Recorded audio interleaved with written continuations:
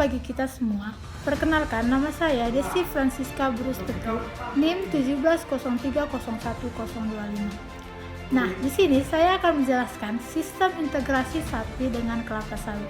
Selamat menyaksikan video ini ya.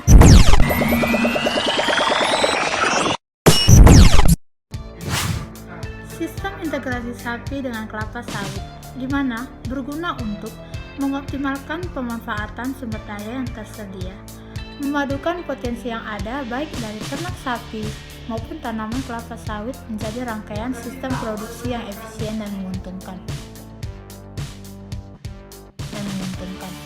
Menguntungkan karena dapat mengurangi biaya produksi dan menghasilkan produk samping berupa pupuk organik dan energi. Ternak sapi sebagai tenaga pengangkut, di mana ternak sapi dapat membantu meringankan pekerjaan panen sebagai pengangkut TBS dari dalam kebun ke dalam pengumpulan hasil ataupun disebut dengan TPH. Meningkatkan produktivitas panen dari kemampuan 10 hektar menjadi 15 hektar. Alat angkut TBS tenaga ternak sapi yang pertama yaitu gerobak, di mana gerobak angkut didesain untuk kebun yang relatif datar dengan daya angkut 400 kg TBS sehingga ringan ditarik oleh ternak. Selanjutnya yaitu keranjang punggung, di mana pada kebun yang terjal atau jurangan, ternak sapi dapat mengangkut TBS dengan keranjang punggung dan dapat mengangkut 4 tanduk buah.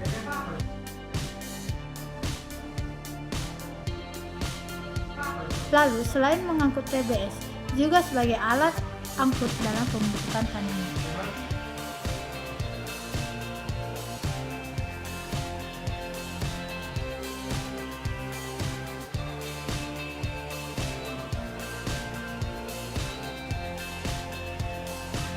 Pelepah beserta daun kelapa sawit dan solik sebagai pakan sapi, di mana kebun kelapa sawit menyediakan sumber pakan yang berlimpah bagi ternak sapi.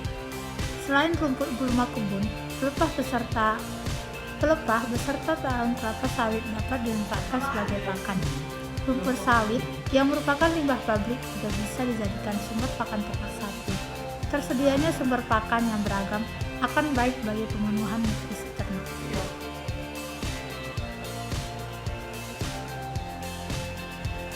Pakan pelepah beserta daun kelapa sawit, di mana produksi daun segar tanpa lidi dan pelepah masing-masing mencapai 1.430 dan 20.000 kg per hektar per tahunnya, di mana daun dan pelepah tersebut diambil bersamaan dengan pemanenan TBS. Bila tidak dimanfaatkan, akan membusuk saja di area kebun. Dan kelapa sawit dan pelepah kupas yang dipotong kecil-kecil sudah biasa digunakan sebagai pakan ternak sapi di saat musim kemarau, di mana rumput dan gulma terbatas. Pelepah beserta daun sawit merupakan sumber bahan pakan potensial yang dapat mencapai keberlangsungan pemeliharaan ternak sapi. Pelepah beserta daun dapat difermentasi dan sebagai stok pakan karena tersedia tidak setiap hari atau mengikuti periode panen TBS. Pelepah sawit fermentasi dapat disimpan dalam waktu yang lama, bahkan bertambah tahun tanpa mengalami penurunan nilai nutrisi.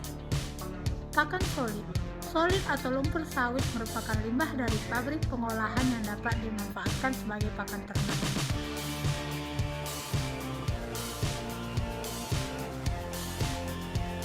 Perbaikan kandungan gizi dapat dilakukan dengan fermentasi anaerob.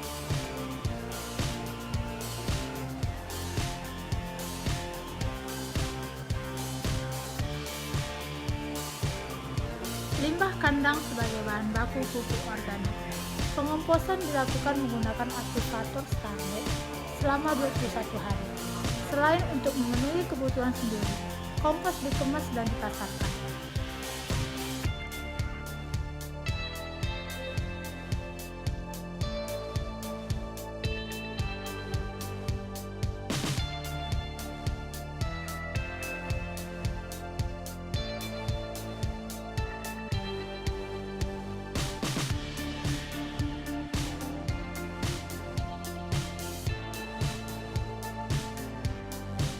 Produksi pupuk organik cair ataupun POC.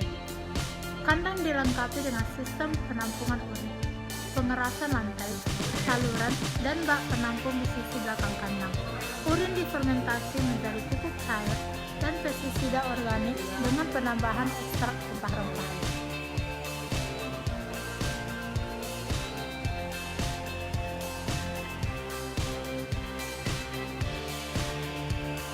Selanjutnya yaitu produksi biogas. Limbah dari instalasi biogas merupakan sumber pupuk organik yang dapat langsung diaplikasikan pada tanaman karena telah mengalami fermentasi anaerob di dalam digester sehingga telah aman bagi tanaman. Terus juga dapat dipisahkan antara bagian cair dan lumpur dengan cara diendapkan. Bagian cair dipisahkan sebagai pupuk organik cair yang dapat digunakan untuk tanaman maupun pupuk pelantikan. Bagian padat ditumpuk dan dibiarkan kering untuk dijadikan kompos.